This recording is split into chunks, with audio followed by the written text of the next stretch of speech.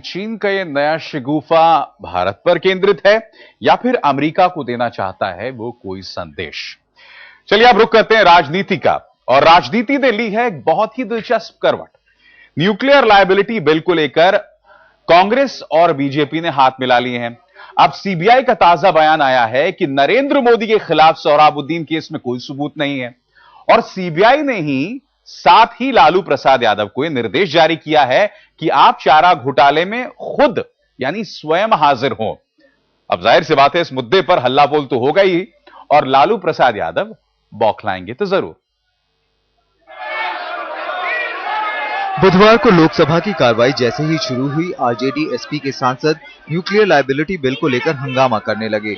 RJD प्रमुख लालू प्रसाद यादव और SP प्रमुख मुलायम सिंह यादव के नेतृत्व में उनकी पार्टियों के सदस्य आसन के सामने आ गए। इनका आरोप है कि गुजरात के मुख्यमंत्री नरेंद्र मोदी को सोहराबुद्दीन फर्जी मुठभेड़ के मामले में सीबीआई से क्लीन चिट दिलाने के एवज में बीजेपी ने कांग्रेस से सांठगांठ की है। कि बीजेपी और कांग्रेस दोनों मिला हुआ है और ये रेड हैंडेड पकड़ा भी गए।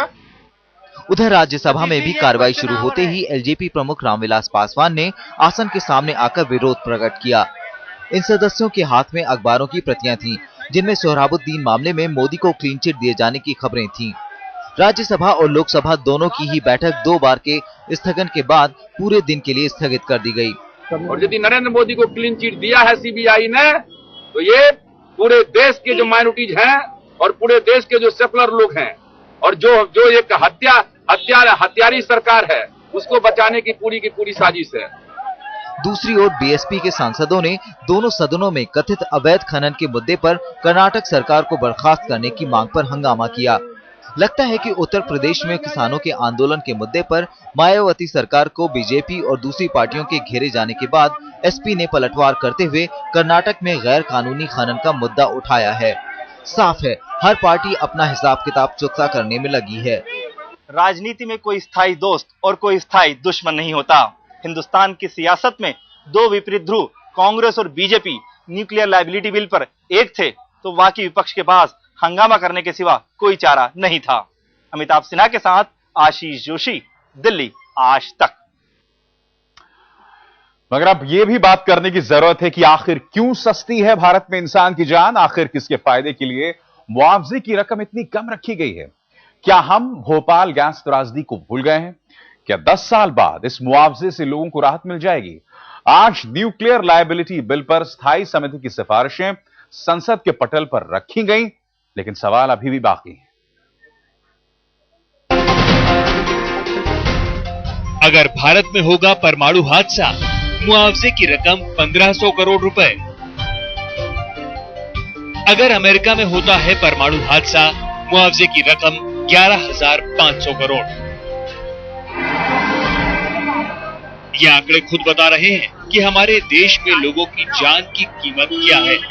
ये आंकड़े चीख चीख कर कह रहे हैं कि हमारे देश में भोपाल कांड क्यों होते हैं। हमने जो मुआवजे की रकम आपको दिखाई है वो तब की है जबकि स्थायी समिति ने न्यूक्लियर लायबिलिटी बिल में संशोधन की सिफारिशें मान ली हैं और संसद में इसे पेश किया जा चुका है। We have clarified clearly in the bill that no private operator is allowed on this bill. Nuclear civil liability bill के बारे में जो इतराज हमने स्टैंडिंग कमेटी में और जब हमें बुलाया गया था, हमने मिलकर जो उठाया था, वो सारे मुद्दे सरकार ने हमारे मान लिए, इसलिए हमने देश हित में इसको सहमति दी है। यही नहीं, जिस तरह इस मुद्दे पर कांग्रेस ने बीजेपी की सभी सिफारिशें मानी हैं और 15 दिन में 30 मैराथन बैठक करने का फैसला किया है, उस पर भी सवाल उठ रहे हैं। न्यूक्लियर लायबिलिटी बिल पर स्थायी समिति ने बीजेपी के तमाम संशोधनों को मान लिया, लेकिन इसके बावजूद भी जो प्रारूप संसद के सामने पेश किया गया है उसमें तमाम ऐसी खामियां हैं जो अमेरिकी कानून के मुताबिक हिंदुस्तानी कानून को काफी छोटा बनाती हैं। ऐसे में सवाल ये उठता है कि क्या अमेरिकी जान की कीमत किसी भी हिंदुस्तानी जान की कीमत से कहीं ज्यादा है? सुमित अवस्थी, दिल्ली, आज तक।